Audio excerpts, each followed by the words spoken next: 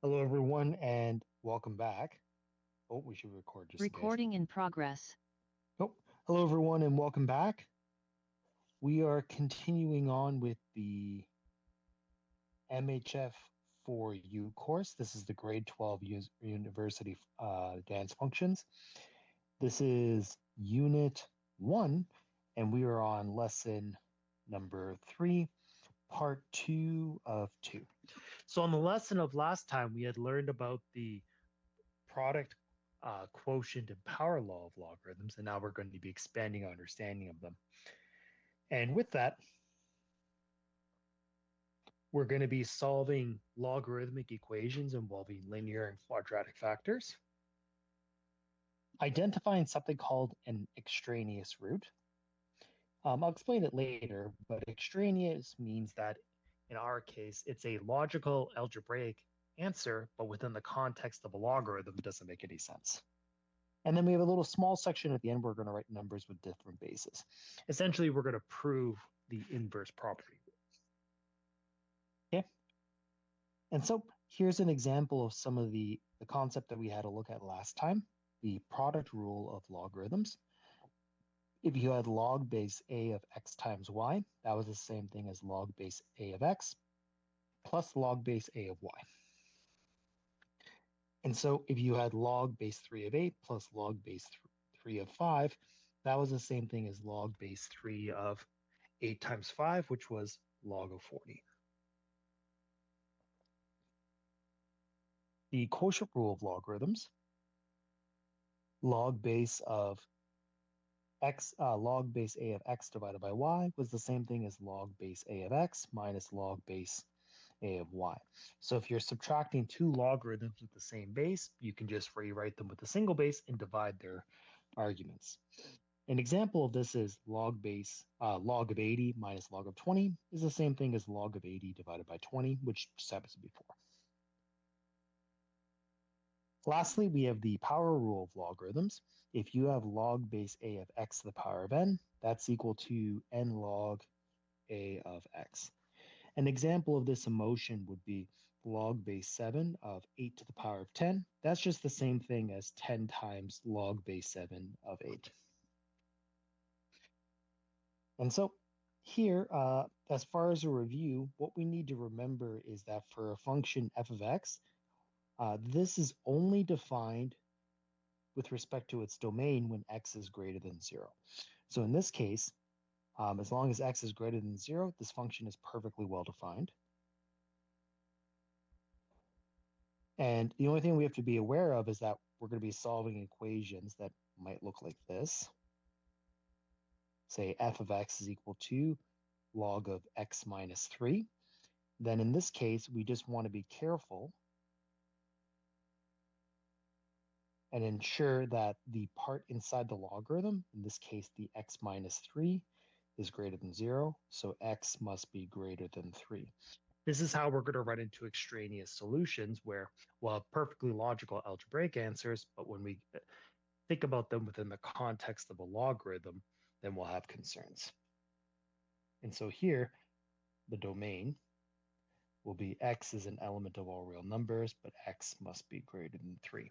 And that corresponds to a graph that's been shifted over to the right 3.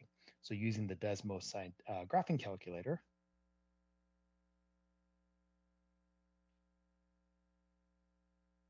you can see it's just that graph is just shifted over to the right 3. Okay, so let us begin.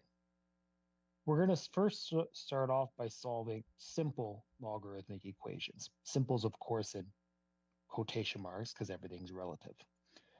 So here, what about log base 3 of x is equal to 4?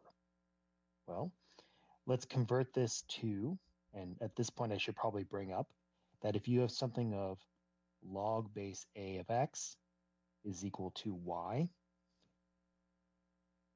this is the same thing as, well, not log, but in fact, a to the power of y is equal to x. Okay? So if you have log base 3 of x is equal to 4, we can convert this to exponential form.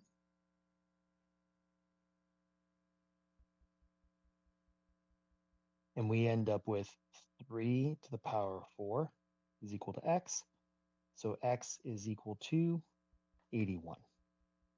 Okay. Letter B, we have log base 2 of 49 is equal to x. And at this point, it's worth mentioning that if we try to convert this to exponential form, we would end up with 2 to the power of x equals 49. And this doesn't appear to help us. And the reason for that is because this actually has to be solved with the change of base formula.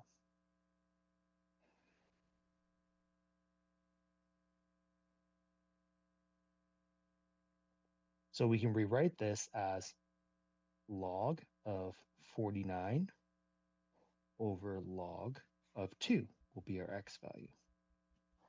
And so using the Desmos scientific calculator, we can type this in.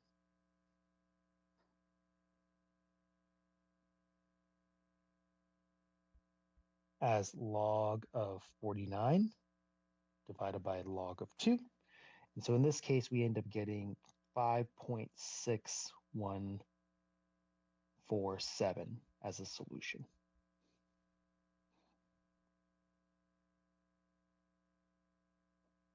Okay, so far so good. We don't really have any serious complaints. So those were the basic ones. So now we're going to start with more advanced looking ones. And I kind of give you a sneak peek of where we're going with these. So letter C, we now have log of x plus 4 is equal to 1. So how do we do this? Well, remember, if this had been written as, say, log of u is equal to 1, and this is going to be a log base 10, this is the same as 10 to the power of 1 is equal to u. If you imagine in this case, u had to be x plus 4, which you would have then 10 to the power of 1 is equal to x plus 4. And that's what we're going to do here. This part inside of brackets will be treated on the other side of the equal sign. And so we're going to have 10 to the power of 1 is equal to x plus 4. I do feel worthwhile to remind you about this algebraic u substitution, because the point of it is to help justify some of our steps to make it easier to understand. Okay, 10 to the power of 1 is merely 10. So 10 is equal to x plus 4. So what plus 4 gives you 10? Clearly, that's got to be 6. And if we check in our calculator here,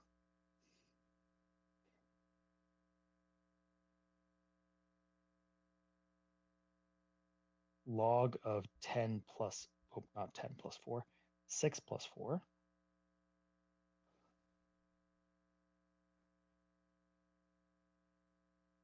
is going to be 1. So we know that we did this question correctly.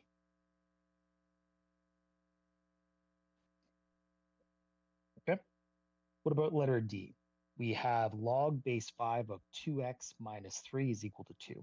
Well, again, if you imagine a situation where we had to be in u land, then this would be, say, log base 5 of u is equal to 2. So then we have 5 to the power of 2 is equal to u. And if u happened to be 2x minus 3, then we'd end up with a situation we have 5 to the power of 2 is equal to 2x minus 3. And that's what's going to happen here. So we take 5 raised to the power of 2, and that'll equal the argument inside of the bracket, namely that 2x minus 3. 5 to the power of 2 is going to be 25, is equal to 2x minus 3 plus 3. So 25 plus 3 is going to be 28, is equal to 2x. Divide both sides by 2, and we end up with x is equal to 14. And so in terms of a check, we want to check to ensure that log base 5 of 2 times 14, log base 5 of 2 times 14 minus 3 is equal to 2. Okay, so 2 times 14 is 28. 28 minus 3 is 25. log base 5 of 25 is the same thing as log base 5 of 5 to the power of 2, so we know it's going to be correct. If you need to, you could use the Desmos scientific calculator. Make sure to scroll down to the log base whatever button, and you can type in log base 5 of 2 times 14 minus 3, and it'll show that verify your solution is correct. Okay, what about letter E? We've got now 1 minus log of x minus 2 is equal to 0. So we typically like dealing with a positive log, so let's move the positive log over to the other side. And what we end up with will be 1 is equal to log of x minus 2. And now we've solved this kind of question already. We've raised both sides to the power of 10. So this will become 10 to the power of 1 is equal to x minus 2. 10 to the power of 1 is 10. So it'll be 10 is equal to x minus 2 plus 2 on both sides. So 12 is equal to x. And this one is trivial to check. 12 minus 2 is 10. Log of 10 is 1. Okay. Lastly, but not leastly, we've got here 6 minus 3 log of 2x is equal to 0. So similar technique, we're going to move the negative 3x over. Sorry, the negative 3 log of 2x over. And so we have 6 is equal to 3 log of 2x. Now at this point, we have a fairly important detail. Something you want to avoid. I'll put this in the red box. So what you want to avoid is if you have 6 is equal to 3 log of 2x, you don't want to do this.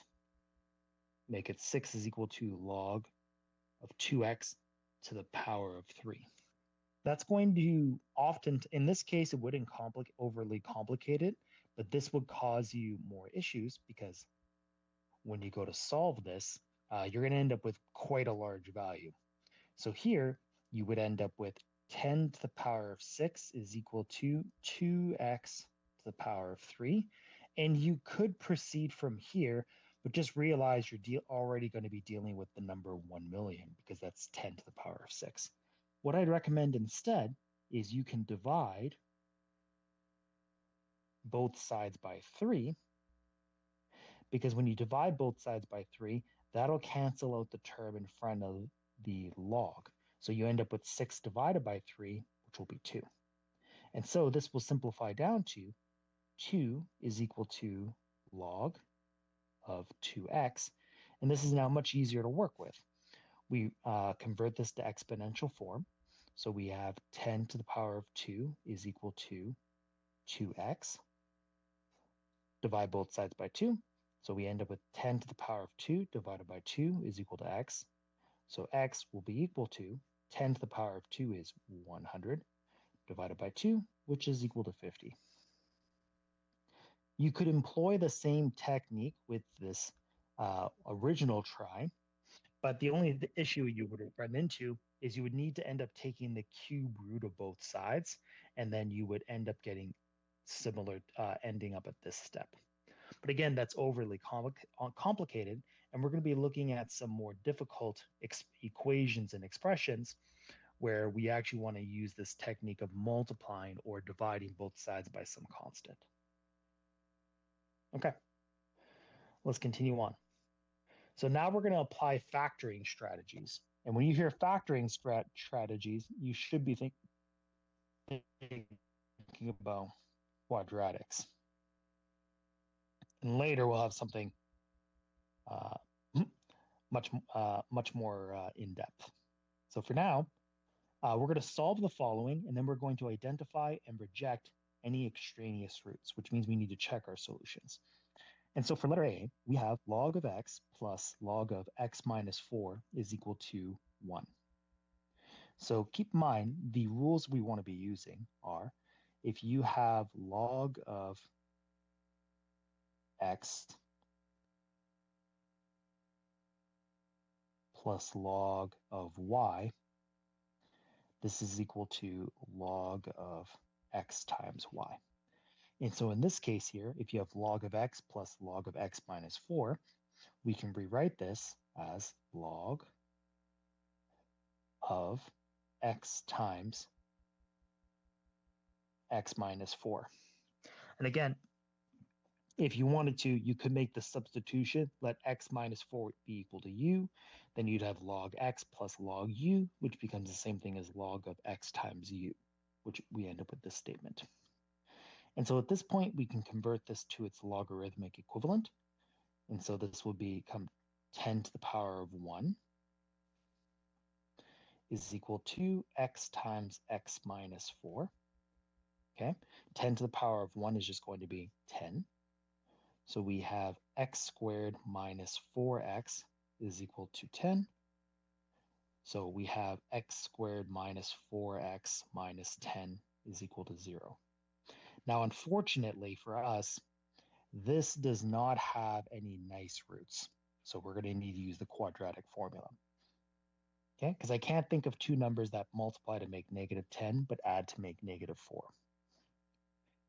And so we need to use the quadratic formula.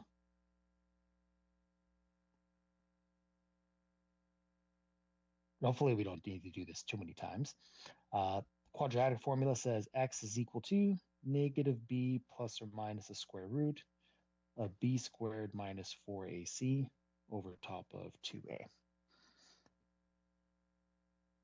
So for us, we have a is equal to 1, b is equal to negative 4, and c is equal to negative 10. Okay, so x will be equal to negative b, so that'll be 4, plus or minus negative 4 squared, minus 4 times 1 times negative 10 over top of 2 times 1. Okay, so this will be 4 plus or minus. And so here we've got negative 4 squared minus 4 times 1 times negative 10. So this will be 4 plus or minus the square root of 56 over top of 2. And therefore, we have x equal to 4 plus the square root of 56 divided by 2, which is going to work. And x is equal to 4 minus the square root of 56 divided by 2. And we should get the decimal representation of both. So here, x will be equal to, okay, so we're going to type this in, 4 plus the square root of 56 divided by 2. So this is going to be 5.74. The other solution will be minus. And so this will be x is equal to negative 1.74. Now, when you notice this, we now need to check for extraneous roots. If we try typing in x is equal to 5.74 into these equations, note that log of 5.74 is a positive number. 5.74 minus 4 is a positive number. So we know that this is going to work. So this will become a solution. However, if we try typing in x equal to be negative 7.1, 1.74, we have log of a negative number, which isn't defined. So this is going to be extraneous. So we'll just label this as extraneous, and that's all we can do. Hopefully these other ones, we don't need to use the quadratic formula so often, but we can only hope. Okay, so for letter B, we've got log of x minus 1 is equal to the negative log of x plus 2. Okay, fair enough. Let's move all of the logs over to the left side and move the constants over to the other. So we're going to have log of x minus 1 plus sign log of x plus 2 and that'll equal 1. We have the product of two things, so we can multiply those together. So we'll end up getting log of x minus 1 times x plus 2 is equal to 1. Multiplying this, converting this to exponential form, we end up with x minus 1 times x plus 2 is equal to 10 to the power of 1. X times, and now we got to expand this out. X times x is x squared. X times 2 plus negative 1 is going to be positive x. Negative 1 times 2 is negative 2, and that'll be equal to 10. We minus 10 from both sides, and we end up with x squared plus x minus 12 is equal to 0. And this factors, so what two numbers multiply to make negative 12 but add to make 1? Those are going to be x plus 4 and x minus 3 is equal to 0. So therefore, x will be equal to negative 4, comma, positive 3. So if you're not sure about some of this algebraic substitution, we have in the WASA education courses, there's a lot of sections done by teachers, other teachers, and I also did versions of this myself, where we show you how to go ahead and solve these, factor these quadratics, and they go through some more detail there. For now, I'll just show these steps and just justify my reasoning, but I'm not going to go into super depth on how to factor these because like we've done this a lot before in the previous courses, and those videos are there for you to peruse. Hopefully we can get them put into the YouTube comments so you can visit these other ones later. Okay, so now we got to check our solution. So if we check the positive number here, 3 minus 1 is a positive number, 3 plus 2 is a positive number, so we know that's going to work. If we try to type in a negative 4, that's not going to work. So here we only have one solution because the negative 4 will be extraneous. So therefore, x is really only equal to positive 3.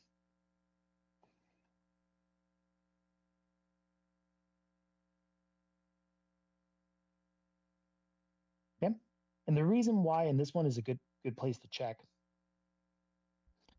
if you notice here, if we try to sub in our 3 into the try to sub a negative 4 into this equation. So say if I'm looking at this expression here, I would have inside of there negative 4 minus 1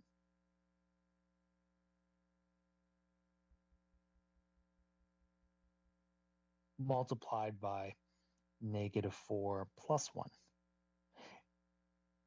Oh, plus 2, sorry. And you can see algebraically, that makes a lot of sense as a solution. However, we started with the above statement, where if we were to type in negative 4 to those, it would not make any sense. So that's why the answer is extraneous, because we arrived at it through a quadratic method, and the quadratic state that there can be up to 2 answers, and we found 2 answers. It's just that one of them isn't logical because we started with logarithms. Okay, so all of the logarithmic equations we'll be solving today will look something like this, with the exception of there's a couple of radical ones at the end here we're going to go through. Okay, what about log base 8 of 2 minus x plus log base 8 of 4 minus x is equal to 1? So we combine the logarithms together. So we're going to get log of 8, base 8 of 2 minus x multiplied by 4 minus x is equal to 1. Converting this over to exponential form. So 8 to the power of 1 will be equal to 2 minus x multiplied by 4 minus x. And so 2 times 4 is going to give us 8. 2 times negative x is going to be negative 2x. Negative x times 4 is negative 4x. And negative x times negative x is x squared. Is equal to 8. Rearranging and simplifying yields x squared minus 6x plus 8 is equal to 8. So we can cancel an 8 from both sides. So we end up with x squared minus 6x is equal to 0, which means we can do some common factoring. So it'll be x multiplied by x minus 6 is equal to 0. And therefore, we have x is equal to 0, comma, and 6. So do these answers make sense? Well, if we try typing a 0 into the equation here, 2 minus 0 is a positive number, 4 minus 0 is a positive number. Therefore, this does make sense. And we're gonna trust that that's gonna work. So that's okay. If we try typing in 6, 2 minus 6 is negative 4, which is already no good. So this 6 is going to be extraneous. So therefore, x can only be equal to 0. It's the only answer that makes sense. Okay, let's continue on. And so at this point, it'd be a good idea to pause the video to try out this one for yourself and see how you do. Okay, so we have log base 2 of x minus 5 plus log base 2 of x plus 2 is equal to 3. So, and again, another product law. So we will have log base 2 of x minus 5 times x plus 2 is equal to 3. Converting this to exponential form yields x minus 5 times x plus 2 is equal to 2 to the power of 3. Expanding this out, x times x is x squared. Negative 5 times 2 is negative 10. Negative 5 plus 2 is going to be negative 3 at 3 with an x on the end. 2 to the power of 3 is going to be equal to 8. Minus 8 from both sides. X squared minus 3x minus 18 must be equal to 0. So now we play the most dangerous game. What two numbers multiply to make negative 18, but then add to make negative 3? Those numbers are going to be negative 6 and 3. So x squared minus 3x minus 18 will factor to become x minus 6 times x plus 3, yielding solutions of x is equal to negative 3 and positive 6. And so we do a quick check. 6 minus 5 is positive, 6 plus 2 is positive, so we know 6 is going to work. And negative 3 is going to fail because negative 3 minus 5 is going to be a negative number. So we will indicate that this negative 3 is extraneous and conclude that x must be equal to only 6. You might be wondering, is one of the answers always going to be extraneous? Not necessarily. Like you can construct a logarithm where that's not the case, but the ones we're showing do have that. And the reason why I am going out of my way to label these extraneous is because the question told us to do this. It said to identify and reject any extraneous roots. When you solve these on your own, it's just enough to circle what the right answer is. So if there was an extraneous solution, you don't need to do what I do and just call this extraneous. We would just circle the right answer. Okay. E is a little bit different. In a strange twist, instead of adding, we now have a subtraction sign. And so when we go to evaluate, log of x plus 5 minus log of x plus 1, since there's a minus sign there, we actually will treat this as a quotient. So this will become log of x plus 5 over x plus 1 is equal to 3.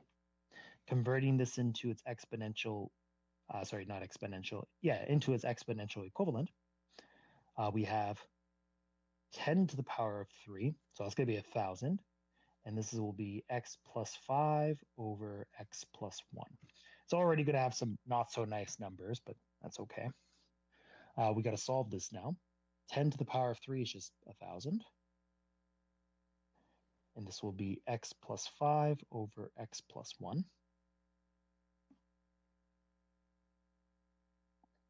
So we have to multiply both sides by x plus 1. So we end up with x plus 5 is equal to 1,000 multiplied by x plus 1. So some huge number. So we're going to have a silly answer in the end. Silly in the sense that it'll be just some large number. 1,000 times x is 1,000x. 1,000 times 1 is 1,000. So we end up with x plus 5 is equal to 1,000x plus 1,000. Move the x over, move the 1,000 over. So we have 1,001. Oh, sorry. 1,000x minus x is 999x is equal to negative 995. And so x will be equal to negative 995 over top of negative 999. And for this, perhaps it's worthwhile to show what the decimal representation of that is.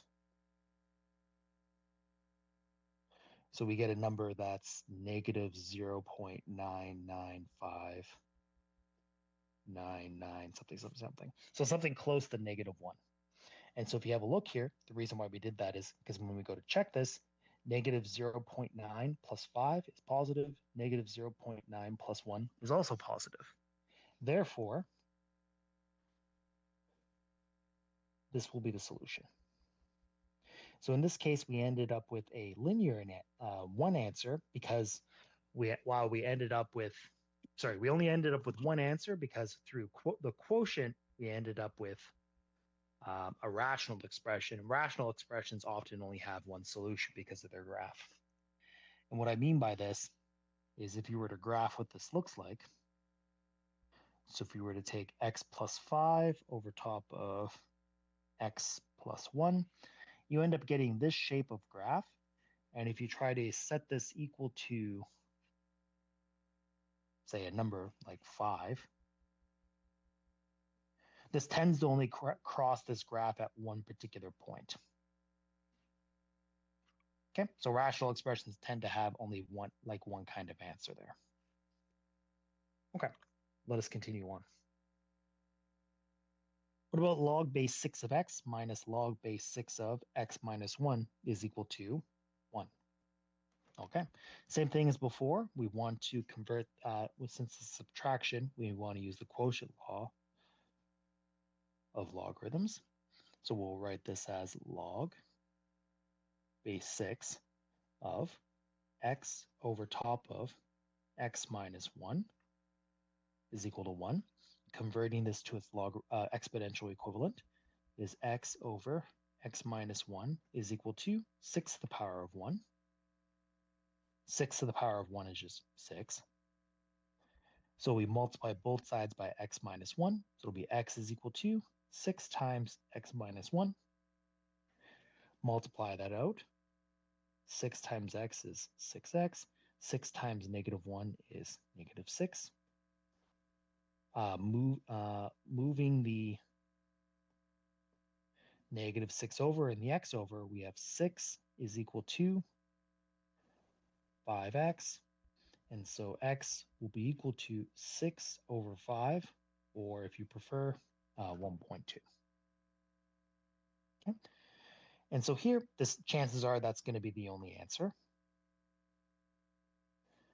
So this is probably correct, but we can verify this as well. So we'll use the Desmos scientific calculator to give us a hand with this one.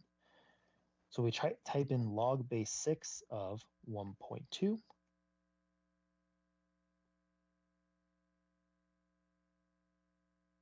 Minus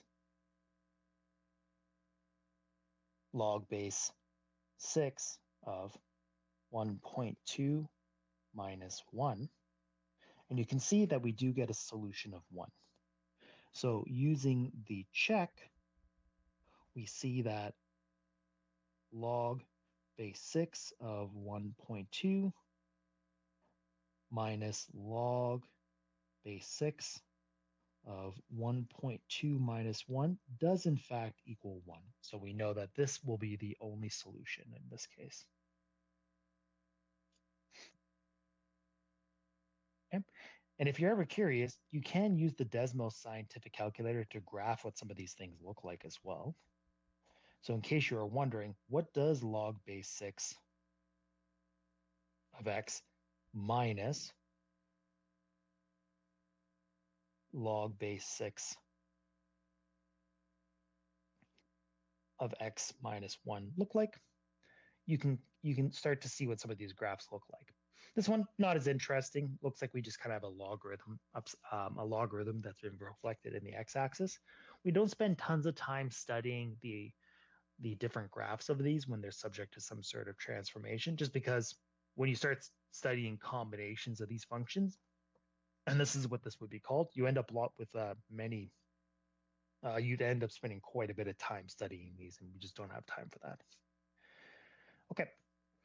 Letter G, we have log base of x minus 1 is equal to 2 plus log base x, log of x minus 1 is equal to 2 plus log of x minus 16. So let's move the log over. So we're going to have here log of x minus 1 minus sign, log of x minus 16 is equal to 2. Since we're minusing these, we can use the quotient rule. So this will be log of x minus 1 over x minus 16 is equal to 2. Using the equivalent exponential form, we have x minus 1 over x minus 16 is equal to 10 to the power of 2. So multiplying both sides by x minus 16, we end up getting that x minus 1 is equal to 100 multiplied by x minus 16. We're going to get another large number here, but that's okay. X minus 1 is equal to 100x minus 1600. Move the positive 1600 over. So we end up with 1599 is equal to 99x. And I'd be hard pressed to say that, and I'm going to check this, 1599 divided by 99 is some terrible number. So x will be equal to 1599 divided by 99, which is about 16.15. Actually, we can get rid of the about and just say that's exactly that. And we know that this answer is going to be correct. And the reason for that is because if we take log of 16 minus 1, that's positive. Log of 16.15 minus 16 is positive. So therefore, we can conclude this is going to be okay. Okay, so the textbook has a variety of these things. And I tried to give you the worst case scenario where maybe we had to use the quadratic formula, or we had to factor these, or we ran into extraneous roots, or we might have rational expressions with not so great numbers. The last one of these will be the type of such as log of the square root of x squared minus 3x is equal to a half. So for these, the technique you want to use is to use the power law of logarithms in order to bring down the rational exponent in front of the logarithm. So we rewrite the log of the square root of x squared minus 3x as log of x squared minus 3x to the power of 1/2 is equal to a half. Then we bring down the 1/2. So this becomes 1/2 times the log of x squared minus 3x is equal to 1/2.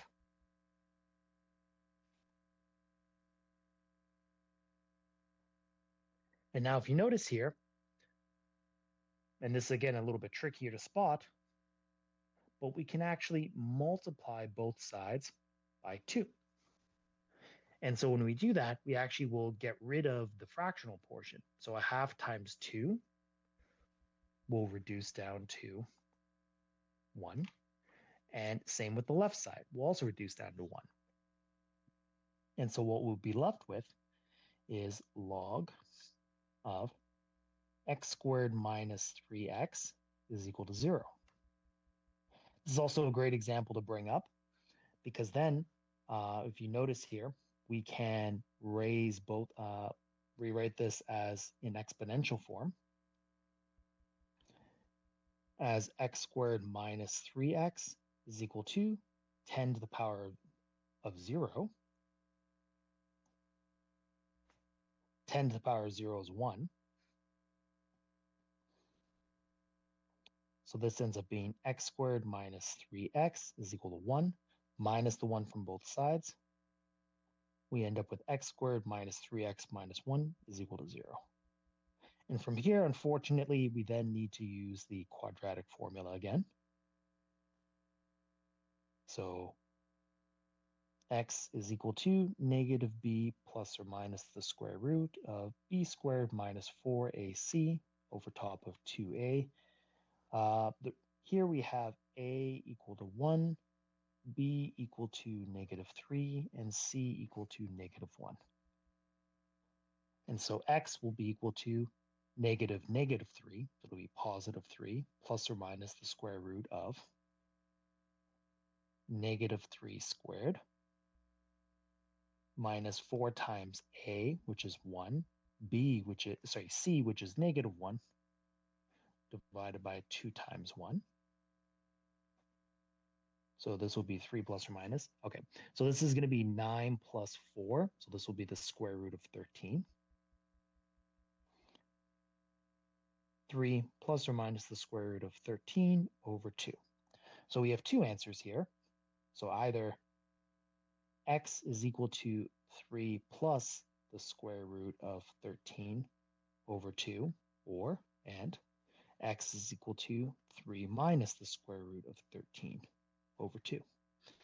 And at this point, we should probably check these to make sure that they work. And so if we try typing in, and so I'm just checking the part underneath the radical here. So if we have 3, let's try typing this in correctly. So 3 plus the square root of 13 divided by 2 squared. Oh, not like that.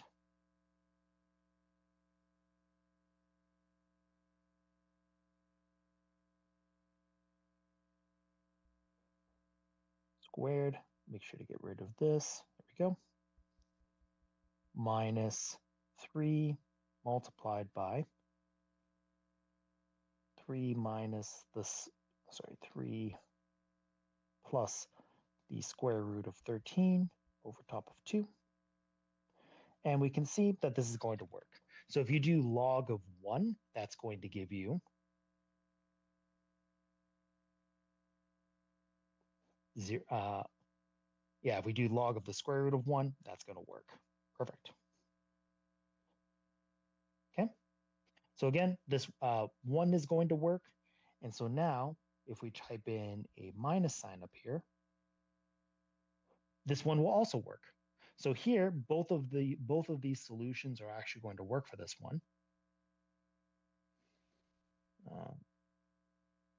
Oh, it's a nice curve, but maybe we don't want that.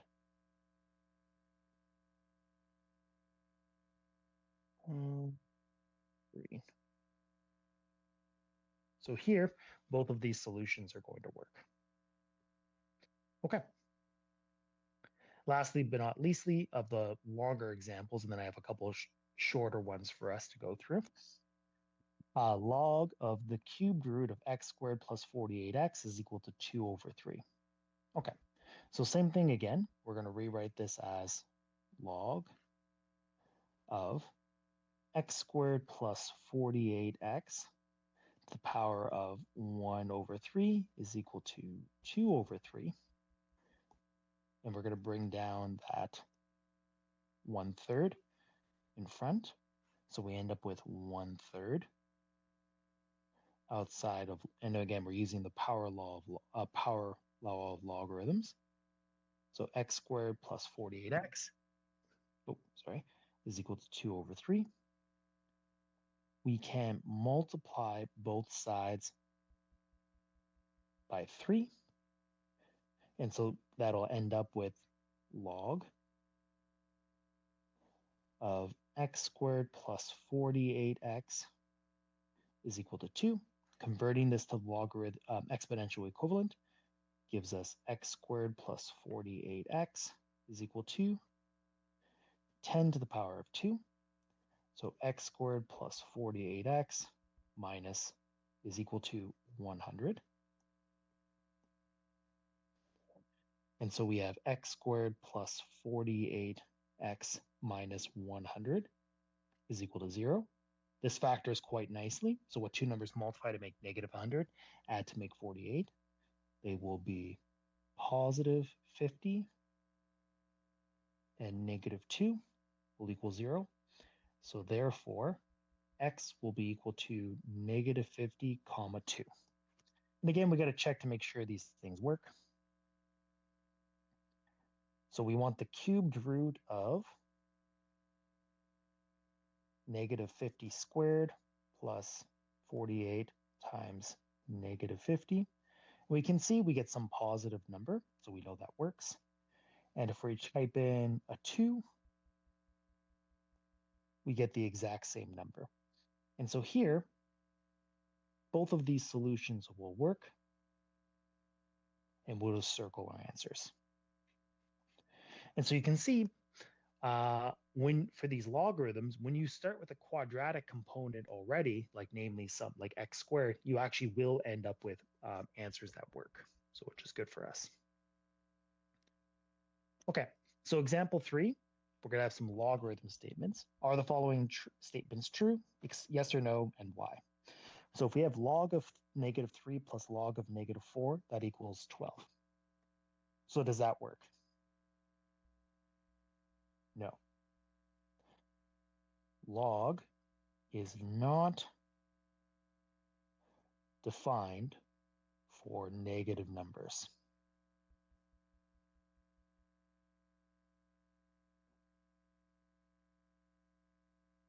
And it is tempting to try to solve this and state, well, isn't this the same thing as log of negative 3 times negative 4, which is equal to log negative 3 times negative 4 is just 12, right? So therefore it works. No, and that's because this was that these would be extraneous roots where we land on a perfectly logical algebraic solution, but when it's applied to logarithms, it does not make any sense. So this would not be something we can do. Okay, what about negative log 3 minus log 4 is equal to negative log of 12? Well, what if I were to factor out a negative sign and make this log of 3 plus log of 4 is equal to negative log of 12? We can combine those and make this negative log of 12 equals negative log of 12. Is this legitimate? Yes. And the reason why we're able to do this is because if we were, we showed it algebraically where we could just factor out a negative, but we're also just using the power law of logarithms that help make this work. Okay. Another way to help explain this is you could move up the negative onto all of these and then be able to show equivalency that way. And so due to log laws. Okay. Last two examples, we're going to write these numbers with a different base. So we're going to write the following numbers as a power of 5. And so we have the number 20. So essentially we want to say this, what? 5 to the power of x is equal to 20. So what does x have to be in order for this to be true? Well, using the logarithmic form, we can write this as log base 5 of 20 is equal to that x value. But if you notice here, we now have an expression for that x value. So this becomes 5 to the power of log base 5 of 20, which was our 20. And this was the property that we had talked about on the lesson of last time. So this was the inverse property. So this is actually one of the rules that we end up with. Okay. Using a similar exercise, you could then also show that for 0.8, it would be 0.8 to the power, oh, I put 0.5, my mistake. You could write this as 0.8 to the power of log of base 0.8. Oh, sorry. We could write this as 5 to the power of log base 5 of 0.8 is equal to 0.8. And so we should check to see if this works, because why not? So if I take 5 to the power of, and I'm using the Desmos scientific graphing calculator to help us with this, log base 5 of 0.8, you can see that we do get 0.8 as a solution. So in general,